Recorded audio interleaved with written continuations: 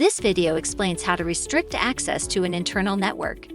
This tightens security by limiting access to people within your local or any specified network.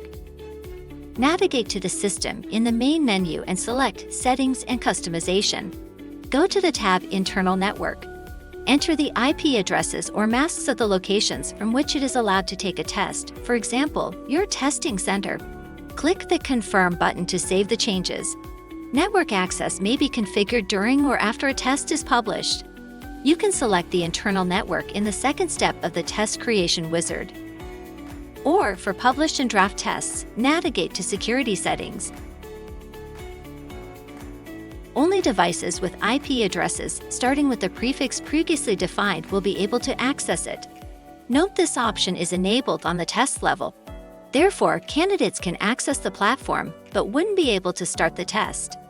For example, if you set that the test can be taken only from your testing center, and a candidate tries to access it from home, the system will automatically restrict a candidate from starting the test.